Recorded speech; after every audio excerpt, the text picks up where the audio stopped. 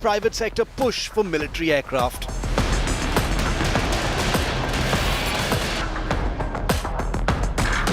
Major boost for Indian aerospace.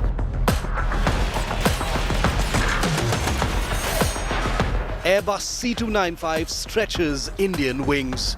The big focus on 5 Live. And very important milestone for India's defense production, India's readiness for global supply chain disruptions during this time, and especially for India's military preparedness. And I'm going to tell you why the Prime Minister's inauguration of an aircraft facility in Gujarat is a big national story. I'm Shiv, thanks for tuning in. Let's get to the headlines first. Battleground Maharashtra heats up. Huge show of strength for Eknath Shinde's nomination. Pawar versus Pawar in Baramati as Ajit Pawar faces off with Sharad Pawar's grandnephew. Big churn in Tamil Nadu. BJP, DMK take on the new actor turned Neta Vijay Talapati. Tamil Nadu Mantri calls Vijay the BJP C team. Priyanka Gandhi Vadra's mission Wayanad kicks off in full swing. The Congress Neta holds a big roadshow. BJP moves Election Commission against Priyanka's affidavit details. Census by 2025 takes shape. Sources say government to kickstart census next year. Lok Sabha seats delimitation likely to take place after the census report. Outgoing Chief Justice of India defends his Ganapati Puja with Prime Minister Modi, says meeting with heads of government is normal, claims no discussion on judicial verdicts have ever been held.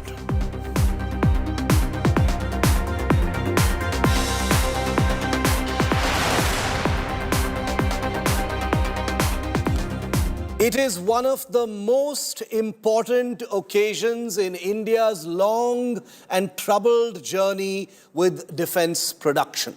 Prime Minister Narendra Modi today flagged off and inaugurated what is essentially the Indian private sector's first ever manufacturing facility for military aircraft. That's right. This picture here may be just one picture in one frame, but the Prime Minister of India, along with his Spanish counterpart, has basically lifted the veil of a facility that goes down in history as breaking the monopoly of India's state-owned institutions like HAL and the defense public sector undertakings. And for the first time, the private sector, which has been yearning for a chance to build weapons, aircraft and hardware for the Indian military, has finally got that chance. Take a look at this report of the big milestone inauguration of the Indian C295 factory.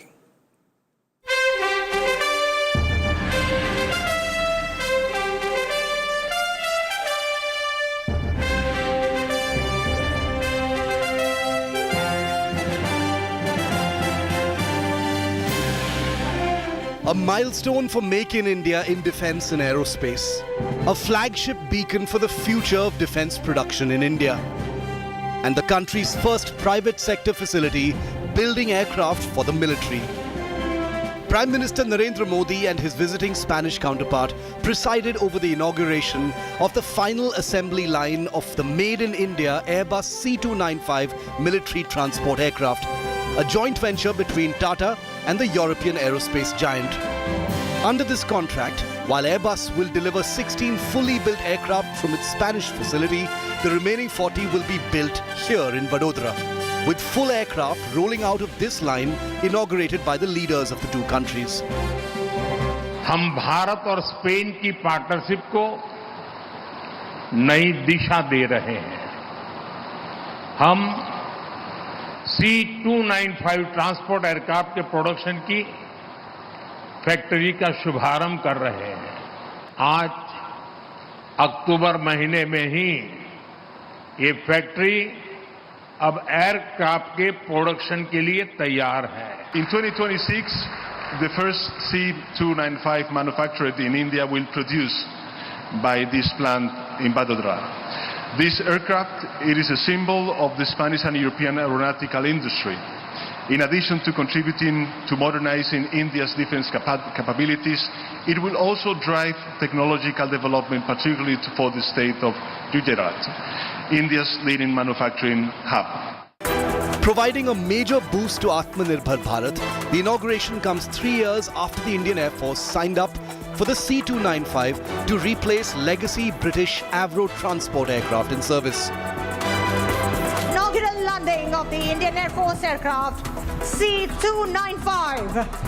Of the 16 to be delivered from Spain, 6 have already been delivered to the Indian Air Force. A C295 recently made a debut landing in public at the new airport in Navi Mumbai as well. In service with 36 countries and their militaries, the C295 is a versatile tactical transport aircraft capable of rapid operations and can carry 73 fully armed troops of 48 Special Forces paratroopers. It can be converted for all manner of operations, including medical evacuation, humanitarian relief operations, surveillance missions, and even low-altitude delivery in hostile airspace. The inauguration in Vadodara comes days after the demise of Ratan Tata, under whose leadership the Tata Group's foray into defense took place. It is a historic moment not only for the Tata Group, but also for India, and this project embraces the true Atmanirbhar vision of our Honorable Prime Minister Shri Narendra Modi ji.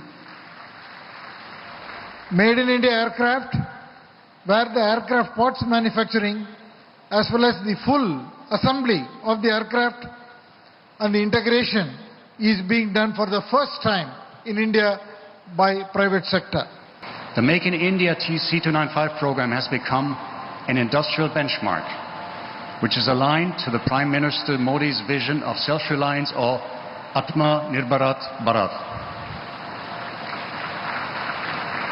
With the C295 program, not only Tata and Airbus will assemble 40 aircraft here in this state-of-the-art final assembly in Vadodara, but we will also manufacture all sections and 13,000 of the total of 14,000 detailed parts of the aircraft here in India.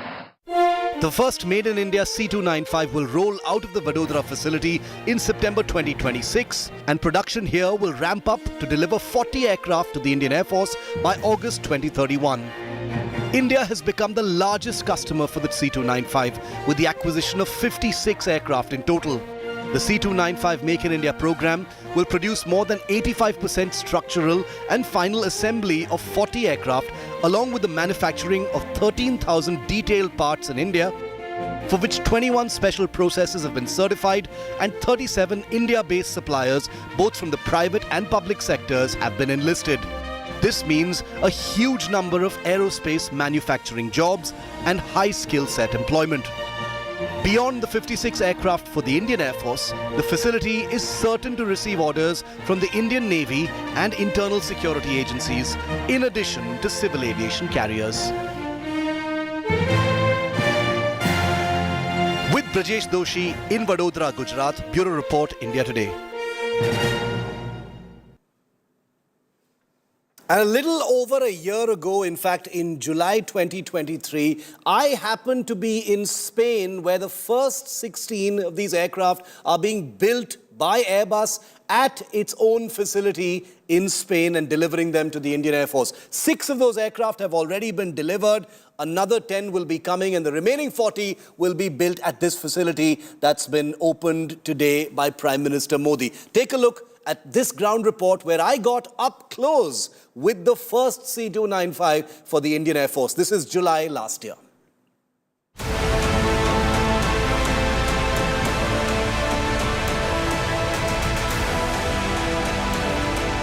We're here in Sevilla in Spain at an Airbus assembly facility to see something that Indian journalists are seeing for the first time. That is the first C295 aircraft for the Indian Air Force.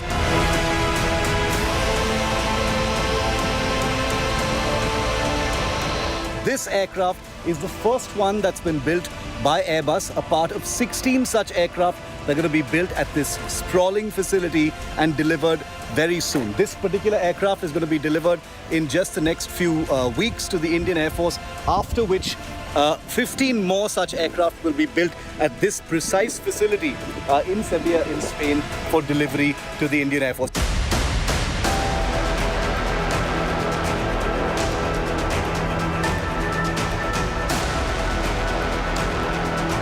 So I'm walking around the aircraft. It's a first look at C295 number 1 for the Indian Air Force. It's going to be fulfilling a long-standing need that's been felt by the Indian Air Force for over a decade. It was a requirement to replace the old vintage British HS-748 Aroor aircraft.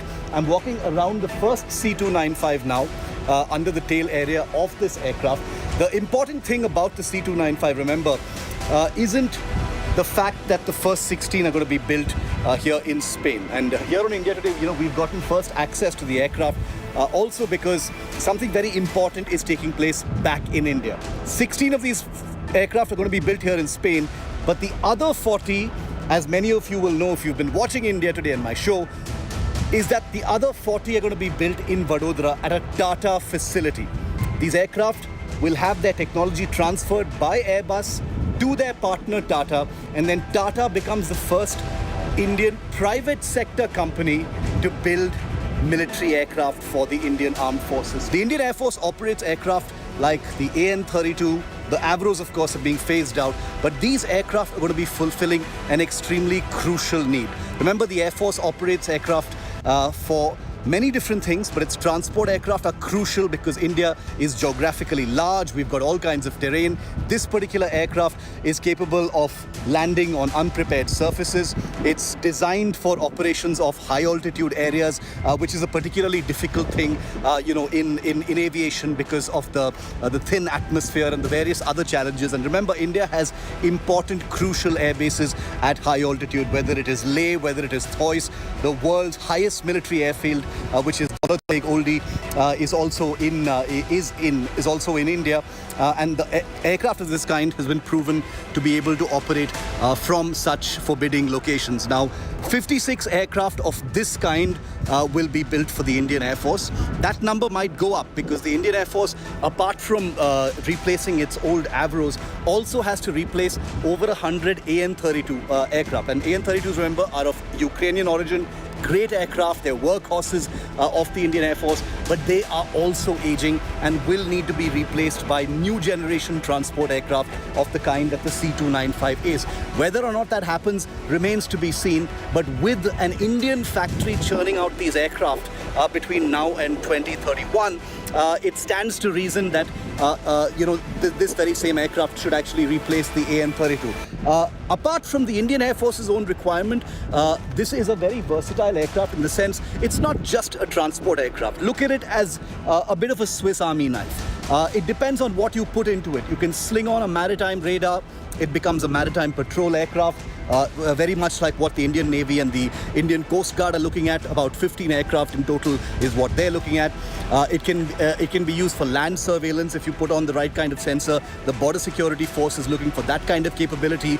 If you add passenger seats, you can convert it into a short-haul regional airliner. India needs many hundreds of those kind of thing. If you add anti-submarine sensors and a torpedo capability, it can become an anti-submarine aircraft. If you put a radar on its back, it can become an airborne early warning platform.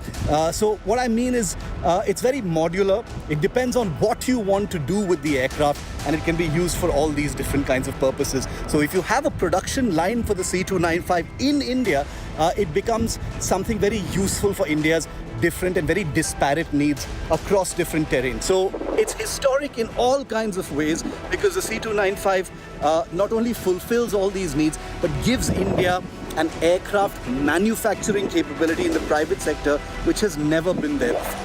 Airbus has had a long relationship with India, but this is for the first time that such an ambitious and landmark project is being executed. 56 of these aircraft being built 100%, almost 100% in India by the end of the entire program. In Sevilla, Spain, this is Shiv Aroor for India Today. So 6 aircraft have already been delivered. The first India-made aircraft, the first India-made C295 will be delivered to the Indian Air Force sometime in 2026. 40 of them will be built between 2026 and 2031. It's going to be a facility that builds a huge number of aircraft. But where does the C295 actually fit into the Indian Air Force's transport aircraft fleet? Let's tell you first what the Indian Air Force operates from low to high. Let's see. Dornier is a very famous German aircraft, small transport aircraft, has been licensed, built by Hindustan Aeronautics Limited for many years. The Indian Air Force currently operates about 58 of these little aircraft that conduct all manner of missions. Then you've got the Aroor HS-748. These are vintage British aircraft, and these are the ones that are now being replaced by the Airbus C295. These are British aircraft, also licensed, built since the 70s by HAL. 57 of them are being replaced right now by the C295. The aircraft that the Indian Air Force operates in larger numbers than any other in the transport sphere is the Ukrainian AN-32. It's a Soviet origin aircraft built in Ukraine, upgraded in Ukraine. It's a tactical airlifter. Over 100 of those currently in service. Many of them are of an improved, upgraded version. Just above that, you get the C295. That's where the C295 actually plugs in. It replaces the Aroor and perhaps the AN-32 going forward. It's a Spanish aircraft. Airbus is a European conglomerate made in Spain, but also now, as we just showed you that last report, going to be made here in India. In service, there are 50 more to be delivered for a total of 56, but there will be more, and I'll tell you in a moment. Next comes the C-130J Super Hercules. It's an iconic tactical air transporter built, and the origin is, of course, the United States of America. It's a medium airlifter. India currently has 12. The Indian Air Force operates 2 squadrons of these, one in Hindon on the outskirts of Delhi and the other in the eastern sector. Then you've got the Ilyushin IL-76, very recognizable by its silhouette. It's also a Soviet origin behemoth. India currently operates about 17 of these heavy lift transport aircraft. And finally, the C-17 Globemaster III, which is the newest of the heavy lifts, also an American icon as far as wartime and combat airlift is concerned. It's a strategic airlifter. It can carry other aircraft as well. I apologize for that incorrect image being used in this graphic. That's an image of a C-130, but the C-17 is a much larger aircraft. We have about 11 of those aircraft currently in service. Now let me tell you about what the C295 is going to do in India. In the Indian Air Force, 56 of them will finally be inducted. The missions include airlift, logistics, troop transport, medevac, humanitarian relief, and surveillance, special operations using paratroopers, low altitude supply, that kind of thing. The Indian Navy has planned for 9 of these aircraft. That number might go up. The missions include maritime surveillance, medium-range maritime surveillance, anti-submarine warfare, and also anti-ship warfare, because it can carry anti-ship missiles. The Indian Coast Guard has asked for something called a multi-mission maritime aircraft, or MMA, 6 of those based on the C295, in which the planned missions will include, obviously, coastal surveillance, in addition to search and rescue, oil spill response, and possible other utilities. Above and beyond these tri-service uses by the Air Force, Navy, and the Air Force and Navy and Coast Guard, you've also got something called the DRDO Airbus C295 Airborne Early Warning Aircraft. An unspecified number of these are likely to be built, where you take the C295 aircraft, you sling on an India-built a multi-mission radar on the back of it, like the Netra aircraft that you've already seen in service with India, and they become very, very capable airborne early warning and also command and control aircraft. Then you've got the Border Security Force and possibly even the Indian Army looking at unspecified numbers of these aircraft for land surveillance, troop and cargo transport, and any other missions. And last but not least, we have to remember that beyond the military, beyond the paramilitary, beyond the security agencies, there are civil operators. The C295 can just as easily, as I said in my ground report from Spain, be, the inside can be hollowed out and it can be converted into a passenger jet, a very comfortable passenger jet. And India needs short-haul aircraft for that next leap in aviation and connectivity in the country under the Udan scheme as well. And these aircraft could very easily be built in Vadodara and supplied to Indian civil carriers and civil operators for that kind of thing. So the C295 is going to be much bigger than just the 56 that are being built currently for the Indian Air Force. Very privileged to be joined now by former Chief of the Air Staff, Air Chief Marshal RKS Bhadoria, who's been instrumental in the Make in India thrust within the military for many years. He's someone who has, who has given a great deal of momentum and impetus to Made in India projects, including the C295. Air Chief Bhadoria, thank you very much for being with me. Thanks, sir. Your opening comments on this milestone occasion, the Prime Minister inaugurating the final assembly line of the C295 in India, sir. The C295 production facility set up by Tatas and Airbus. This is the first military aircraft production being set up on the transport side, and I think it's a huge game changer as far as our industry is concerned. Because as you're aware, HAL has been at the core of our development, ADA and HAL, in terms of fighters, in terms of helicopters, in terms of all the trainer aircraft so far. But on the military aircraft side and on the private sector involvement side, this is the first contract with the private sector and first on the transport aircraft side. So it's hugely important. And for the industry, for evolution of our aviation sector, this is, I think, a game changer. Can you give us a sense, Air Chief, what the C295 can do better than what it will be replacing in the Indian Air Force and what the Air Force currently already operates? What will the Air Force be able to do now that it perhaps couldn't do before? No, this was planned as Aerospace replacement. We had 56 Aerospace; those were to be replaced. As you are aware, Aerospace were inducted in 60s, so they were end of life. As a replacement for Aerospace, it is hugely capable. In fact, its capability goes much beyond what it is replacing, and in fact, it is capability-wise somewhere close to AN-32.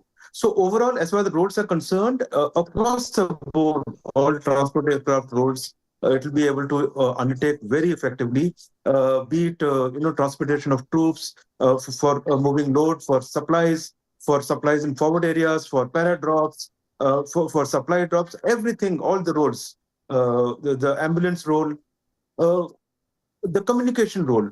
Aero was being used hugely for that role. So overall, I think in terms of what it brings in terms of capability to the Indian Air Force is much beyond what it was replacing. So it would be hugely beneficial for the Air Force operationally. I'm sure, Air Chief, that the Indian Air Force prefers to operate India-built aircraft rather than, getting imported stuff because of the many complexities involved. But, I'm sure our viewers would like to hear that from you. Am I right that the Indian Air Force would much prefer to use and operate something that's made here in India? Oh, that is absolutely a totally different ballgame. When we operate aircraft built in India, the entire maintenance chain becomes much easier. The kind of support that is available towards, let us say, spare supplies, towards support in terms of servicing, towards support in terms of major overhauls subsequently. And most importantly, when it is built in India, when you want to upgrade, when you want to add features, when you want to improve some aspects of its performance, in any form, be it in avionics upgrade, be it in some of the kind of loads that you want to carry, some of the roads that you want to bring in, it is hugely beneficial. And this is not even talking about the importance of it to the industry itself. For the industry, a huge project like this, when they come into the supply chain for Indian Air Force, and for 295 for their global supply chain. That is very beneficial. So Yeah. overall, for the industry, it is extremely good. And for Indian Air Force, of course, it is hugely beneficial. What about the spillover effects? Will Indian industry benefit from this? This is, after all, sir, an assembly facility, where lots of different parts will be put together here. Many of those parts are being manufactured, of course, in Telangana as well. But will there be some benefits for the industry in terms of know-how, not just how to build, but how to develop? Yes, for that, I would say this is the first step wherein you set up a production facility like this. There are huge number of accessories and sub-assemblies that get manufactured. So the capability of the industry in terms of manufacturing sub-assemblies and doing the integration final assemblies and manufacturing many of the subsystems, that capability comes up. There is a knock-on effect on the design capability. There's a lot of knowledge that comes into the industry. But you're right, from D&D aspects, you have to go much beyond. This forms the baseline capability to be able to do the next step of designing your own or upgrading this aircraft itself. For example, I would expect Tata now to go into a joint kind of development work with the Airbus to get to the next generation or the next upgraded version of 295, which can handle, for example, more short-field operations, a more powerful engine, more capable high-altitude operations, something like close to N32. So that kind of upgrade, Tata can become a joint development partner. Subsequently, what you are talking about, our ability to design or transport aircraft per se, this capability of the industry would form the basis on which that kind of design and development would take place. So for the industry and for our design and development, I think this is a very big first major step.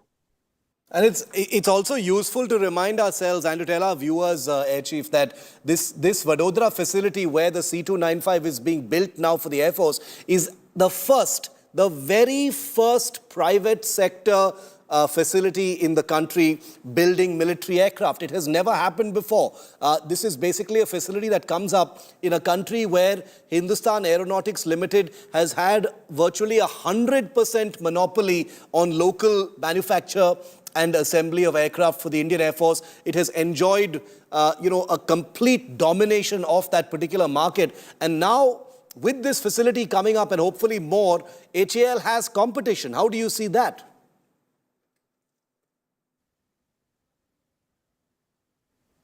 Very rightly so. And we have to realize when you want to grow in the aviation, field, private sector involvement and the involvement of startups, involvement of MSMEs is the key. Yeah. So you cannot depend only on HL and the DPSUs to grow to the next level that we want to go. It is true for all. In fact, even for fighters, for the next generation aircraft that we are looking at, the private sector involvement has to go up. Therefore, this is a very, very landmark event wherein a contract with the private sector is done with Tata's and the production will take place entirely in private sector. If we have to look at efficiencies, cost reduction, increase of, let's say, production rate, increased involvement of MSMEs and across the board private sector, a very, very coordinated effort of DPSUs and private sector MSMEs, that is the key to our growth in the future. Therefore, this not only gives the options to the Air Force, for the industry, it is a very, very essential step. And I hope a similar kind of steps get taken into our other fields of production on the aviation side, be it fighters aircraft, be it helicopters, be it, trainer aircraft. The involvement of private sector needs to go up. And I would, in the form of, let's say, either SPV, for example, for AMCA, or a similar kind of arrangements that can be done along with private sectors. Air Chief, could a facility like this, the one that the Prime Minister has inaugurated, and you talked about how you hope to see Tata and Airbus now, work together, not just on the manufacture and assembly of the aircraft, but co-developed, conduct actual aerospace research and development for either an upgraded version of the C295 or maybe even some kind of a newer transport aircraft for the Indian Air Force going forward for its next generation of operations. That would mean India's appetite for aerospace scientists, engineers, very, very top level, high skill set jobs will be of a major premium in this country. Does this have the potential, I dare ask, to reverse in some manner the brain drain that this country has been experiencing for such a long time? Engineers, aerospace experts, scientists, etc., won't have to go abroad for those high-skill jobs. They can stay here. Absolutely, absolutely. Not only reverse the brain drain, it gives very, very big challenges to our new generation that is coming up of engineers from IITs and all the engineering colleges to come into, the real high-end technology and design and development. Because it is challenges like this, when you have something new to design, something big to design, something big to deliver to the nation, to our defense services. Those are the challenges that need to be thrown up to these youngsters who come into this field. This wasn't there earlier in this manner, especially in the T&D field and R&D field. And I think this landscape is changing. And this will be the biggest change that this private sector involvement will bring in. And that's why I'm repeating. I hope a similar kind of thing happens into other fields, wherein huge, amount of private sector participation, increased participation of MSMEs and startups into our R&D and D&D setup, along with DPSUs and DRDO. We need to change this entire and that's how we will grow in this aviation field. It's very complex. And apart from looking at what we have achieved on the airframe and other sides, we need to look at the engines, which has been a sad story so far. And I think that's again an area where we need to look at private sector and public-private partnership maybe to succeed in that area. Final question, Air Chief Bhadoria, is, India has a vast market. We've just told our viewers about how beyond the 56 C295s that will be built, that will be delivered and built in India, there's going to be a much larger demand for these aircraft within the country from the other services, from the civil sector, etc.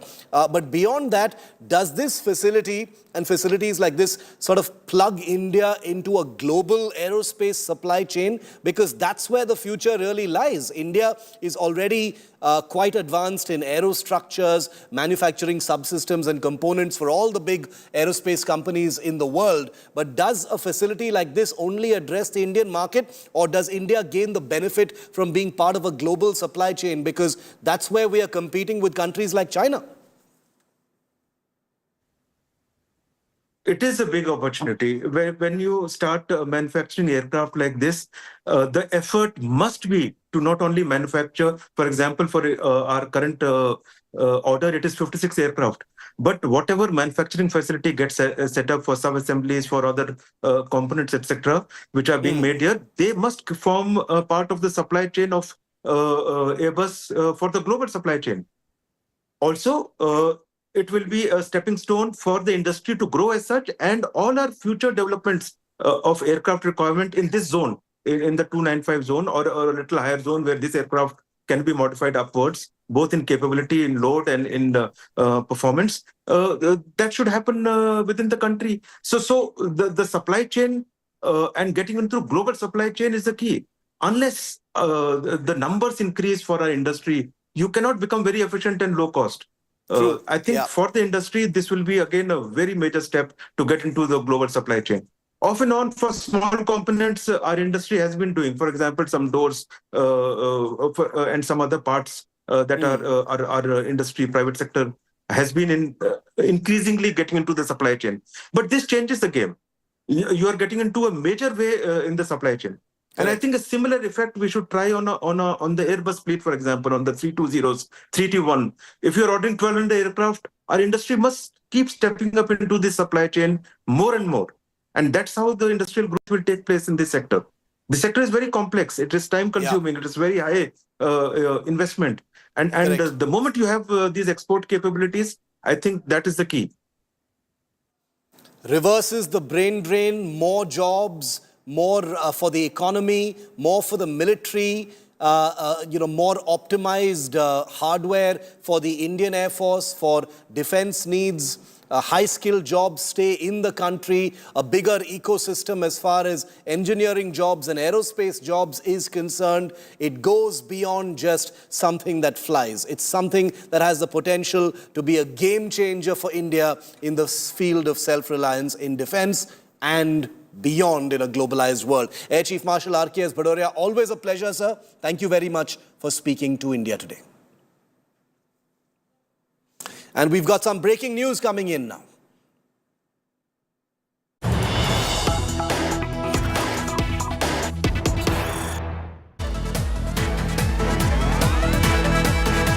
News just coming in. Disengagement that began a couple of days ago between the Indian and Chinese armies in northern Ladakh friction points of Depsang and the southern Ladakh friction point of Demchok is nearly complete.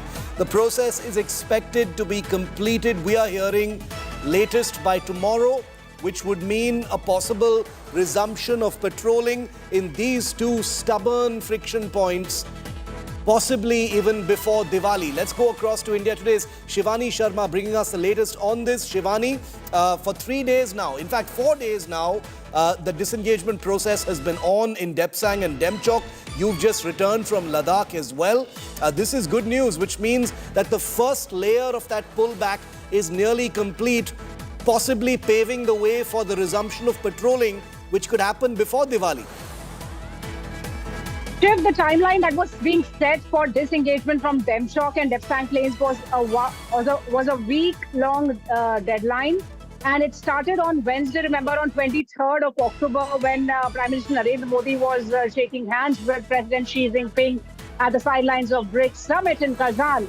And that was the day when the first tent was dismantled. And exactly after a week, that means this Wednesday it's being expected that the patrolling can resume. That would be on the occasion of Diwali.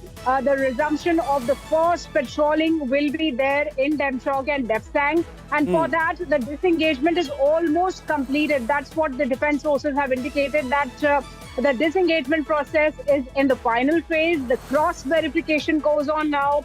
Cross-verification will happen from both the sides, and then a formal acknowledgement of a complete disengagement will be made. And thereafter, the first patrol will resume. And we were telling our viewers, Shiv, that the patrolling will be in a coordinated manner to avoid any kind of clashes and confrontations. But the timeline that was set is being well met. And in next 2 days, the patrolling will resume after the disengagement is completely done. Okay, this is good news. Remember, always a note of caution when it comes to India and China. There's a very long way to go. There's no reason for exuberance. The very, very first fractional layer of a troop pullback has taken place, is taking place. The resumption of patrolling means some few inches of forward movement, which is always welcome when it comes to India and China. We'll keep you posted and we'll continue to give you a realistic assessment of how this story actually unfolds. Don't believe any exaggerations when it comes to eastern Ladakh. We're taking a very quick break here on 5 Live. Coming up on the other side, sources tell India Today that a national census by the government, which has been delayed because of the COVID pandemic, could take place next year. Sources tell India Today that 2025 is when a delayed census might finally take place. We'll tell you what we know on the other side.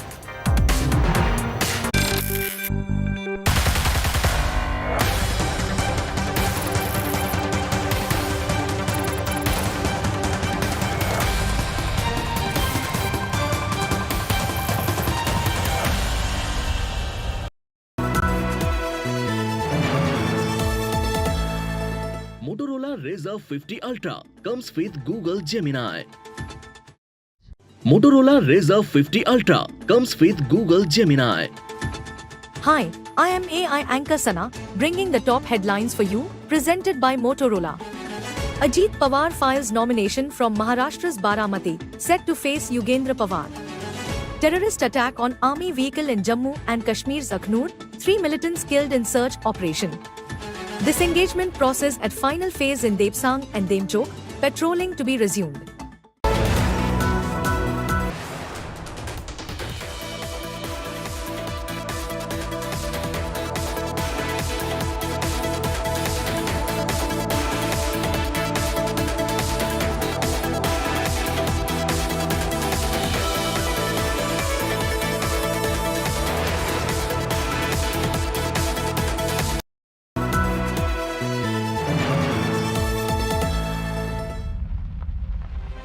मेरा रुतबा है मेरा signature.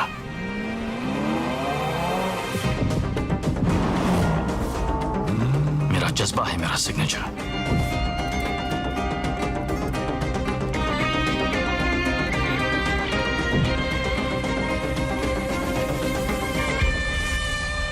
जमाने से हटकर, दुनिया की सोच से ऊपर। कुछ बुरी तो नहीं?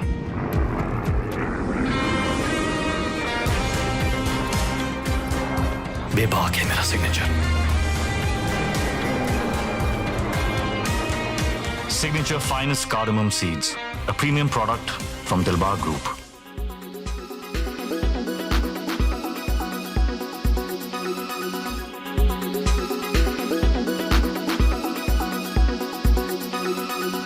Make your media plan smarter with India Today Live TV on your connected devices.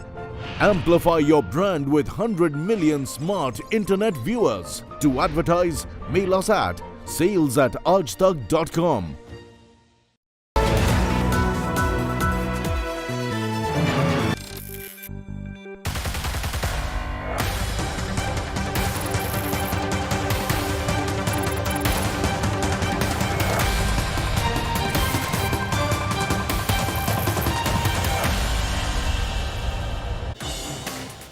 Now, you remember those viral images during Ganesh Puja of the Chief Justice of India hosting Prime Minister Modi for a puja at the Chief Justice of India's home? Well, amidst a storm of criticism then and now from the opposition targeting Chief Justice D.Y. Chandrachud, who is now the outgoing Chief Justice of India, he has now defended his meeting with Prime Minister Modi during that Ganesh Puja. The CJI clarified that such meetings are routine and focus on discussing judicial infrastructure rather than judicial verdicts. He described these interactions as a part of a robust dialogue between the judiciary and the executive. Well, this comes after Prime Minister Modi attended that Ganesh Puja held at the Chief Justice's residence in Delhi last month.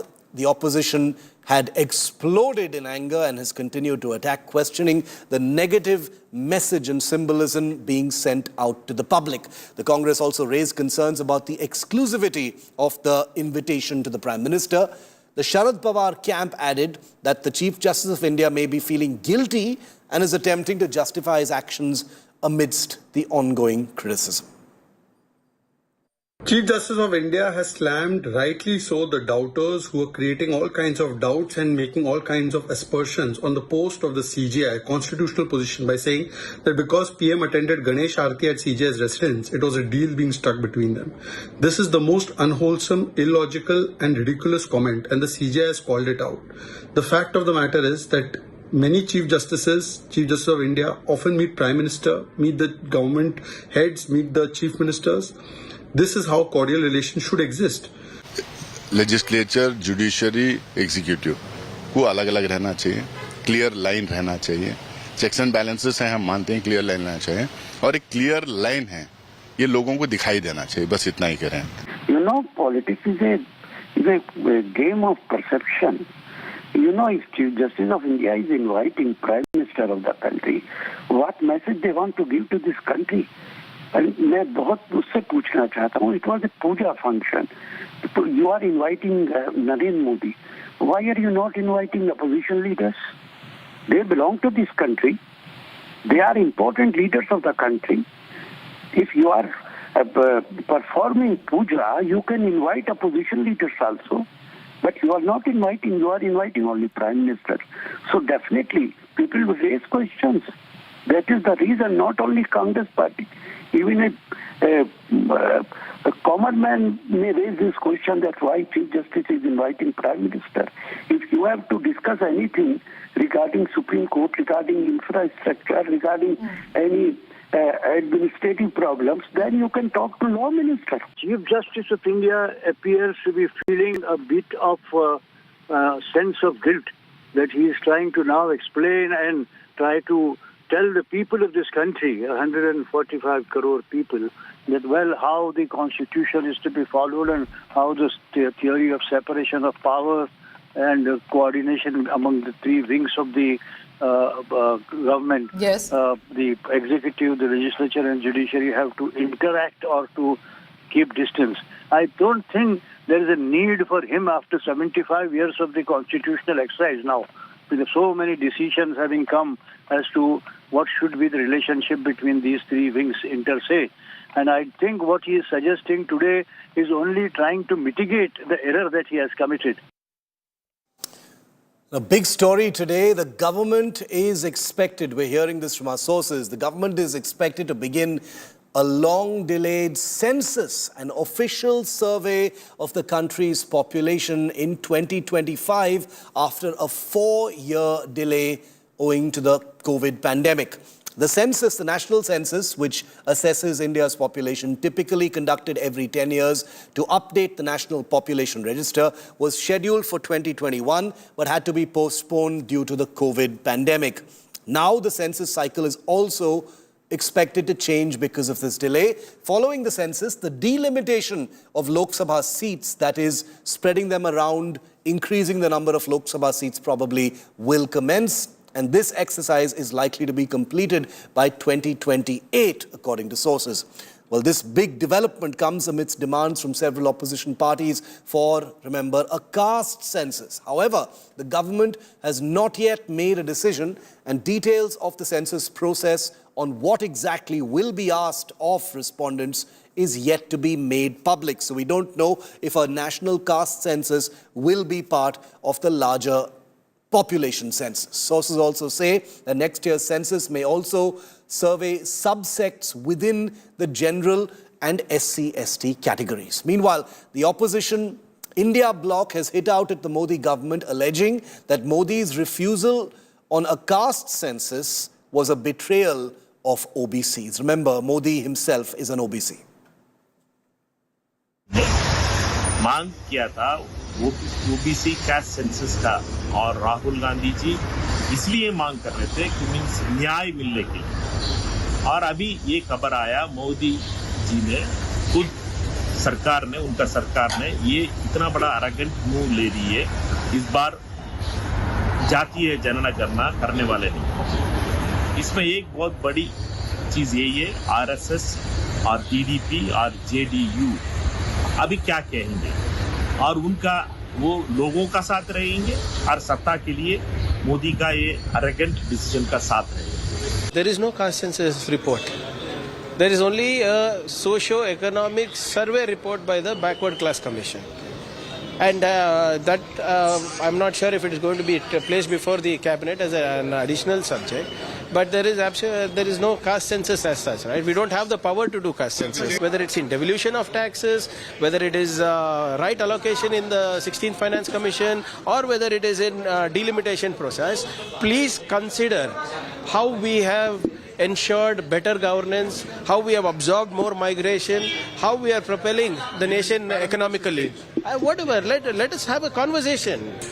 What prevented the Modi government from having a census on schedule?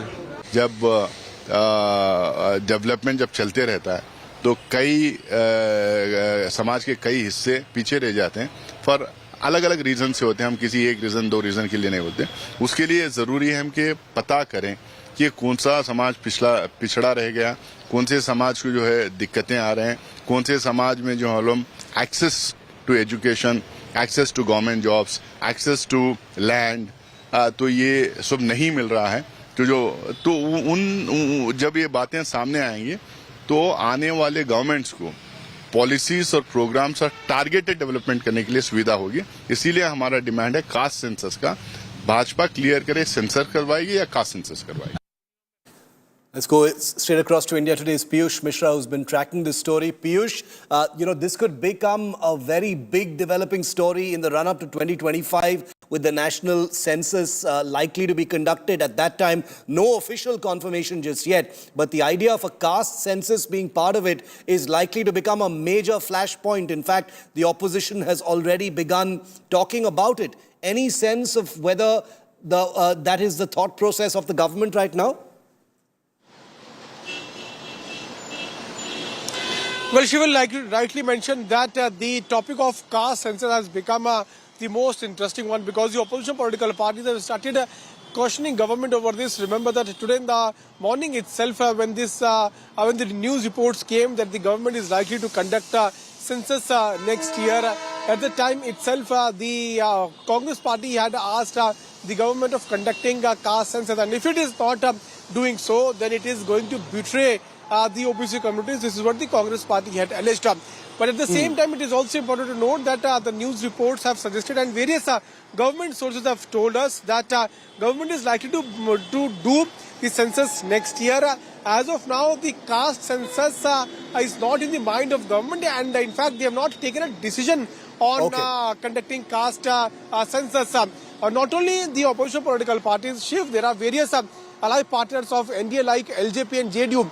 Even they are of the view that caste census should take place. In fact, JDU has gone on to say that nationwide caste census should happen. Earlier, it was done in Bihar, where it has actually helped in strengthening the weaker section of the society. And LJP is also saying the same thing, where they are saying that it should happen, but the data should not be made public.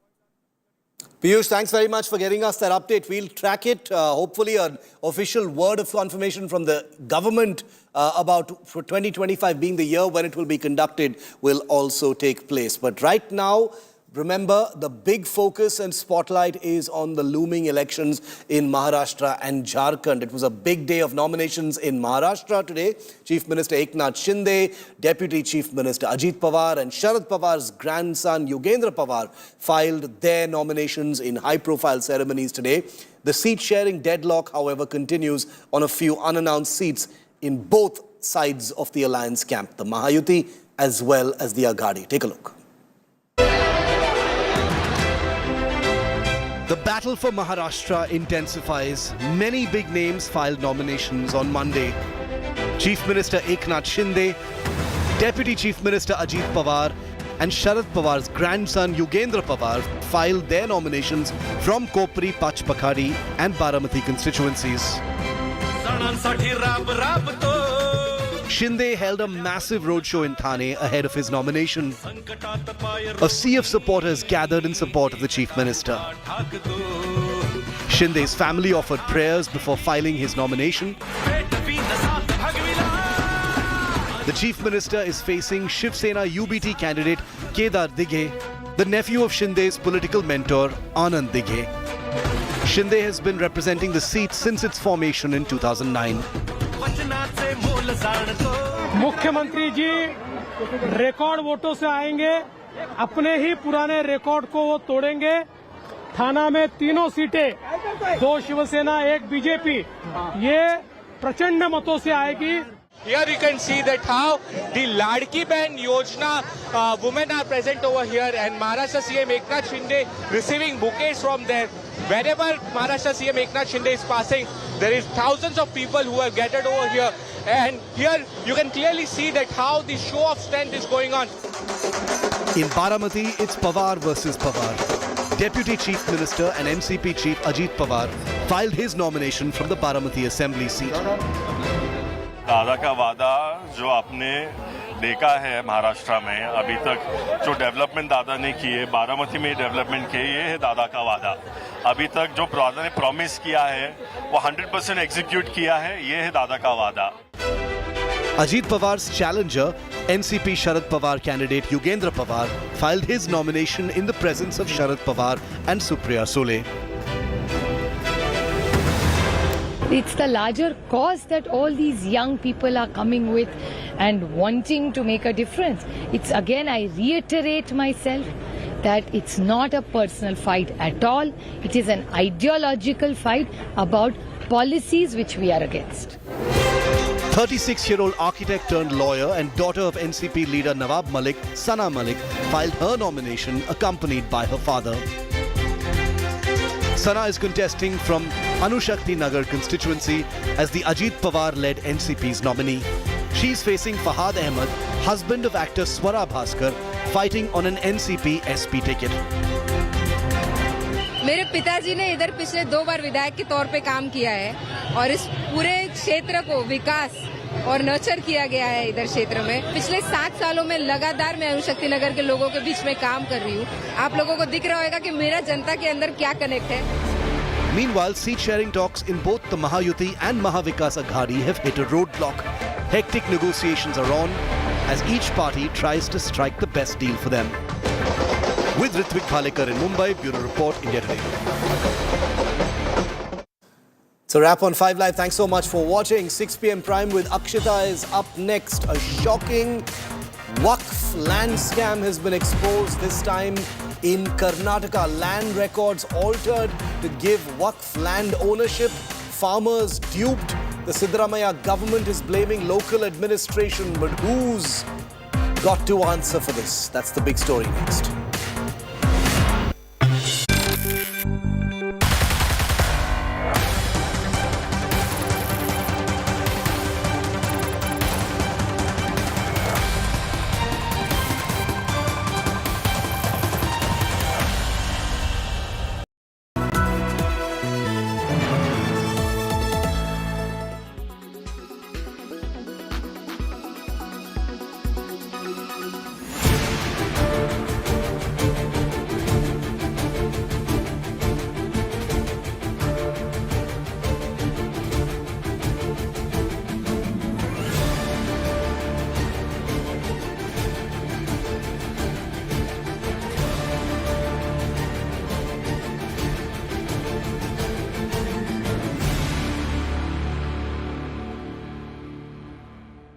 Weather forecast now.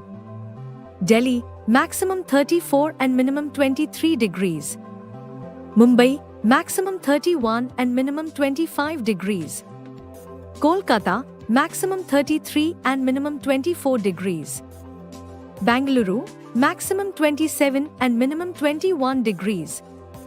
Chennai, maximum 33 and minimum 26 degrees. Hyderabad, maximum 31 and minimum 20 degrees.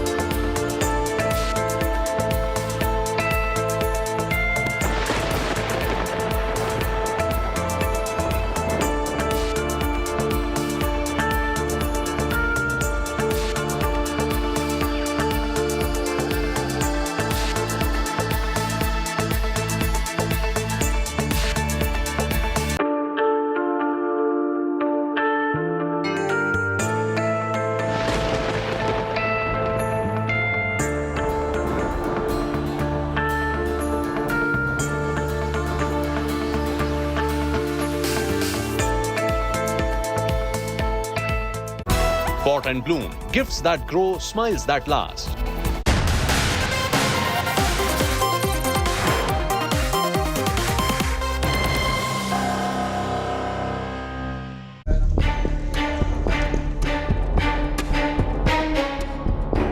Shocking Waqf fakery in Karnataka.